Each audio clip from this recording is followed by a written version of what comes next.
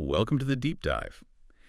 Today we're taking you on this personally tailored exploration into some really groundbreaking ideas about the human mind, Mm. all thanks to excerpts from Sigmund Freud's his book, A General Introduction to Psychoanalysis. And think of this as your express route to understanding some really pivotal concepts, in psychology, Yeah. psychoanalysis. I mean, it can seem intimidating, but we're really here to extract those key digestible nuggets of wisdom. Right. We're gonna touch on there's some really fascinating territory here, like the hidden depths of the unconscious, those revealing slips of the tongue, right?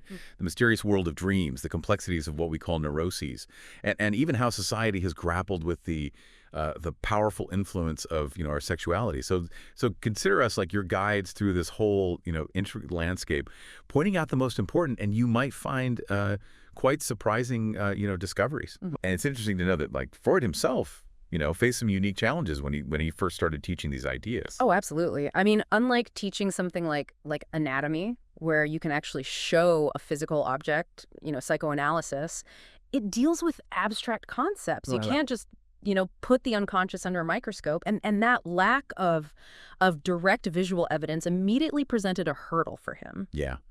Okay, so let's dive right in into the first big idea, and that's the unconscious. So Freud's radical insight was that our conscious thoughts, right? They're really just the tip of the iceberg. Hmm. Psychoanalysis posits, unconscious thinking and unconscious willing. Now, this, it might sound straightforward, but this assertion was actually a major sticking point right from the get-go. Absolutely. This claim immediately, it put off many friends of sober science, as Freud put it, leading to, psychoanalysis being viewed with suspicion, being labeled, like a fantastic mystery study operating in the dark, because it suggested that, mental processes were happening outside of our awareness. Right, and you can see why. I mean, for many, the immediate thought might be well, isn't our mind by definition what we're aware of? Yeah. It's such a deeply ingrained way of thinking that you, our listener, might not yet fully see why psychoanalysis considers that very idea that the psychic is consciousness to be a prejudice, a belief that actually limits our understanding of how the mind truly works. That's a really good point. And beyond the scientific community, it sounds like psychoanalysis also encountered significant pushback, from society as a whole. And this was especially true regarding the importance it placed on our sexual instincts. Yeah, and that's a crucial point because society, it seems, prefers to kind of avoid this, this ticklish spot in its origins, as Freud put it. There's this real reluctance, to acknowledge just how powerful our, sexual instincts are and the deep meaning our sexual lives hold for each of us. I mean, yeah, it's almost as if society is just collectively deciding to kind of pretend that they don't see that whole area of our lives. And the key takeaway here is that, these deep-seated emotions and prejudices, they often trump logic. Right. When we encounter ideas that challenge our core beliefs, a pattern that Freud, saw very clearly with his theories on sexuality. They'd rather just divert attention away from this whole area. Yeah. And when psychoanalysis actually presented its findings, the arguments against these ideas often weren't even based on solid reasoning or evidence. Yeah. Freud observed that these arguments, they often stemmed from what he called affective sources, meaning, emotions and deeply held feelings. So that made them incredibly resistant to any kind of logical counter arguments. People just, they felt these ideas were wrong, and that emotional conviction often outweighed any kind of, factual presentation. It's a powerful reminder that even when we're talking about, intellectual concepts, our emotions can play a huge, often hidden role in how we actually react to them. Mm-hmm. And it highlights the importance, which Freud, he stressed, of the psychoanalyst striving to present these discovered facts without any kind of, personal bias or allowing practical considerations to sway the scientific investigation. Right. The fundamental goal is to understand, not just to align with what, societal norms are. Okay. All right, so let's move on to something that might seem a bit more straightforward, and that's errors. So psychoanalysis, it looks at things that like we just brush off as accidents, like slips of the tongue, for example. Yeah. And it argues that they actually carry meaning. Like Yeah. think of like every slip of the tongue as a fleeting glimpse, right, into the mind's internal tug of war that's going on. What's fascinating here is the idea that these errors, they aren't just these random mishaps, but they're actually valid psychic acts. They arise from what Freud called the mutual interference of two different intentions within the person who's speaking. It's like, two different thoughts or desires are briefly colliding, and the slip is the result of that internal friction. So it's like our mind has these different like tracks running at the same time. Yeah. And sometimes they like briefly derail, right? And they bump into each other. And a slip is what what comes out. Exactly. And what's even more intriguing is that sometimes the product of the slip also makes sense. It can have a kind of like independent validity. As a psychic expression. It can reveal something we might not have consciously intended to say, but it has a meaning. Okay. You've got some interesting examples here. Shakespeare, Wallenstein. It sounds like poets were kind of like picking up on this idea long before psychoanalysis even came along. That's exactly the point. Yeah. Freud, he cites Shakespeare's Merchant of Venice where Portia makes a subtle slip, and then there's also a slip in Schiller's Wallenstein. And this suggests that these literary giants, they kind of intuitively understood the hidden meanings behind these errors. Right. And assumed their audience would too. It's like they were like tapping into this unconscious level of communication that they were not always aware of. But not all slips are so subtle. Right. You've got an example involving a rather unflattering transformation of a name. Yeah. Yeah. To kind of like illustrate a less subtle intention, there's the example of the French president Poincaré's name being distorted into Schweinskar. Oh, wow. Which is clearly intended as an insult. So this shows how a desire to express negativity can manifest in a slip of tongue as well. Yeah, that's a pretty clear example of one intention sort of interfering with another. But what happens, right, when the person who makes the slip, they genuinely don't think that they meant anything by it. Like that seems like a key question you might have. Yeah, no, that's a very valid point. You might argue that when someone's questioned about a slip, they'll just offer the first explanation that comes to mind, right? Regardless of whether it's actually the true unconscious reason. They might just be grabbing at the most convenient, seemingly relevant thought. Right, like they just say the first thing that like pops into their head that seems to make sense. Exactly. So take, for example, the toast to the sick health of their chief. Right. We might interpret the interfering thought as an insult. But if you ask the person who made the slip, they're likely going to deny any such intention, perhaps even vehemently. Okay. So how do we actually move beyond just our interpretation in those cases? Right. Like how can we be sure we're not just reading too much into things? Yeah. How do we actually get closer to verifying like that underlying intention? That's where it gets really interesting. Freud suggests looking at what he called subsequent developments. Okay. That seem to be kind of hinted at by the error. It's like the slip inadvertently reveals a truth that later becomes evident in the person's actions or their feelings or their overall personality. You mentioned a young man wishing to inscort a lady. How did that illustrate this idea of the slip foreshadowing later events? Well, in that slip, the kind of like invented word inscort, it hinted at a shyness, a hesitation around courtship, which later on became apparent in the young man's behavior and was consistent with his overall personality. Okay. Similarly, the lady whose husband could eat and drink whatever she wanted, that slip suggested her underlying control, which indeed she was revealed to be a very assertive woman in her household. These weren't just like random mispronunciations. Right. They seemed to tap into these underlying realities that later came to light. Yeah. That's a compelling idea, the slip as like a kind of unconscious preview of what's really going on. You also have an example about forgetting a married name. How does that fit into this idea of meaningful errors? Well, the case of the woman, forgetting her friend's married name while easily remembering her maiden name and then admitting her displeasure with the marriage directly links, that lapse in memory to a negative feeling. A kind of antagonistic current towards the union. So forgetting, it isn't always just a simple cognitive failure. Right. It can be emotionally driven. It makes you wonder, like, how often our seemingly innocent forgetfulness might actually be tied to something we're not consciously acknowledging. Absolutely. Yeah. Absolutely. And this extends to, the forgetting of projects as well. The forgetting of projects can often be traced back to, an unconscious resistance, a part of ourselves that doesn't actually want the project to succeed. Wow. It's fascinating how these little everyday occurrences can have these hidden layers of meaning. And you even have an example from Shaw's Caesar and Cleopatra showing how, artists sort of intuitively understand and use this idea of meaningful errors. Yes. Caesar, in the final scene, he forgets to take leave of Cleopatra. Right. And this seemingly small detail is used by Shaw to portray Caesar as having, like, a certain unintended air of superiority.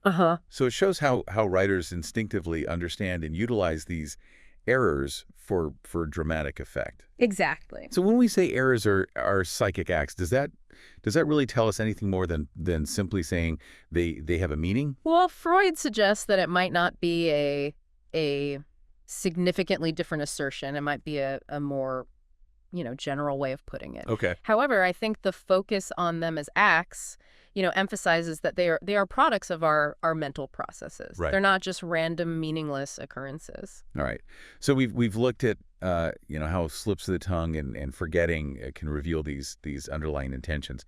But now let's dive into the often like bizarre world of dreams, right? Yeah. Psychoanalysis, it views dreams not as random firings in the brain, but as psychic life that continues even while we sleep. Yeah, and it's this fundamental idea that dreams, while they're happening in this different state of consciousness, they share some similarities with our waking lives, but they also have these crucial differences. As even Aristotle, he observed the very fact that we can be woken up by a dream, or that we often we dream as we're waking up, really points to a connection between these two states of mind. And despite the often strange and illogical narratives, we experience and believe in the events of a dream as if they were actually happening, even though they often go beyond any actual disturbing stimulus that might be present. Right. And the imagery, in dreams, it's predominantly visual, while other senses, like feelings and thoughts, they can be present. The dream world is largely this visual landscape that's kind of unfolding in our minds. Right. You've got some interesting examples of how dreams can incorporate external stimuli, like the alarm clock dream, right? Yeah. That always struck me as odd how a sound like in the real world can get twisted and woven into like a completely different dream narrative. What's fascinating there is how the dream doesn't just register the alarm. It actually replaces it Right. with another sound, interpreting the stimulus in a seemingly arbitrary way. So the alarm, it might become church bells or a gunshot or something else entirely. Right. The slang party dream, it illustrates this further, where the real world experience of waiting is transformed into elements within the dream story. It's like the dream is trying to make sense of these intrusions from the outside world, but it does so in its own unique, often quite illogical language. But as you point out, it's not always easy for us to pinpoint the specific disturbing stimulus that might have triggered a particular dream. Absolutely. We don't wake up during all our dreams. And even when we do remember a dream, tracing it back to a specific external sound or sensation that occurred during the night, it can be very difficult. The Pope's death dream, triggered by a church bell ringing, is an example where the connection was eventually established, but it often requires quite specific, circumstances to really figure out what that link is. Right. Now, you also bring up daydreaming or fantasies.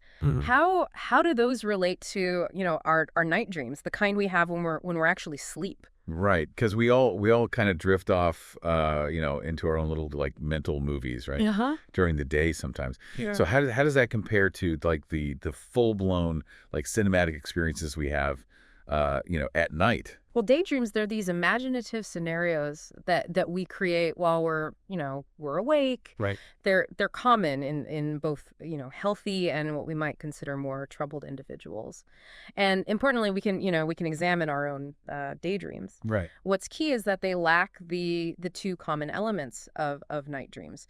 The clear connection to the sleeping state Uh-huh. and the direct link to external stimuli that are happening around us while we're asleep. So while both, they involve this imaginative thought, they arise in very different, contexts of our mental activity. Right. Okay.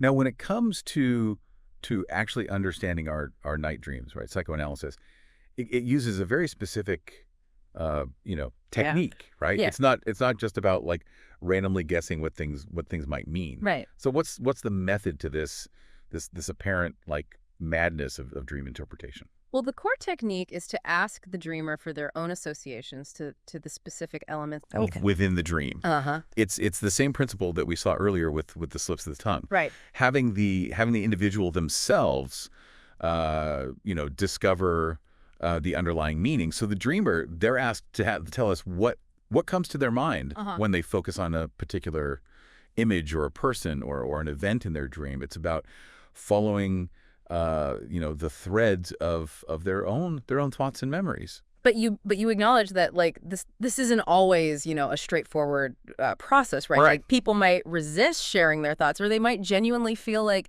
they have like no connections to make. Yeah. That's a common challenge in dream analysis. Just like with the slips, the dreamer might not want to reveal certain thoughts, or might even actively reject the interpretations that we suggest, Uh-huh. especially if they touch on uncomfortable or sensitive areas. So at this point, we're operating right under the initial assumption that the dream is a meaningful psychic phenomenon, something that needs to be explained rather than just dismissed as random brain activity. Right.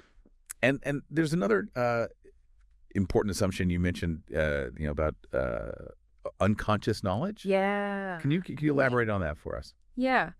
The idea of unconscious knowledge, it's not something that we just kind of invent for the sake of dream interpretation. It's been demonstrated in other areas, most notably, through the experiences of patients undergoing, psychoanalysis, Yep. where they often, recall forgotten memories. Right. And during analysis, they bring back experiences that they genuinely believed they had completely forgotten, Right. only to realize that they actually knew them all along, but they couldn't consciously access them. It's like the information, it was always there, it was just locked away in a different part of the mind. It's unavailable to conscious recall until the right triggers or associations are found. So it's like the information, it was always there, but it was just like hidden away in a locked drawer in our minds, and analysis kind of helps us find the key. Mm-hmm. And you're applying this same concept to dreams. Yes. That the dreamer, they might unconsciously know the meaning of their dream, even if they don't like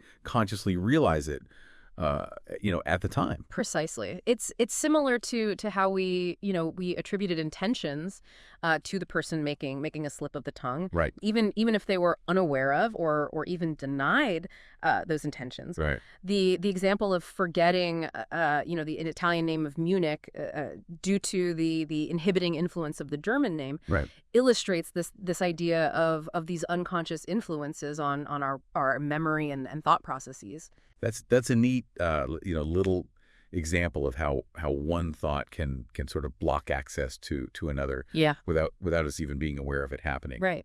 And you mentioned that faulty dream recollection can lead to even further distortion of the dream, like as we remember it. Uh-huh. How does that happen? Well, if our initial memory of the dream is inaccurate, Right. perhaps due to some form of unconscious resistance or just a natural fading of the memory, then The substitute dream that we recall is already a kind of modified version of the original. Right. And when we then try to interpret that altered recollection, Right. it can lead to further misunderstandings, though not necessarily random misunderstandings of the dream's true meaning. It's like, trying to decipher a message that's already been, partially erased and rewritten. It sounds like trying to interpret your own dreams can be particularly revealing, right? As you have like direct access to your own thoughts and feelings. Absolutely.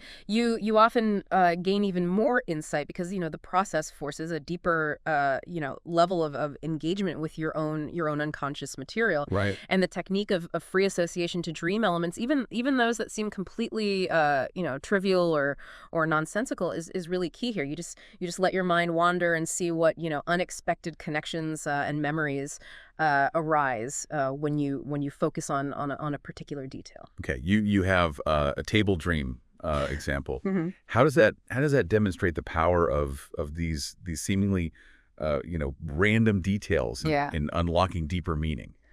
Well, the dreamer, he initially saw the table in their dream as just a background element, an accidental detail. But through the process of free association, it emerged that the family in the dream had the last name Tischler, which means carpenter, in German, a profession directly associated with tables. Wow. By his own family sitting at such a table in the dream, he was unconsciously expressing that they too were Tischler, highlighting a deeper sense of belonging and family identity that wasn't apparent on the surface of the dream. Wow.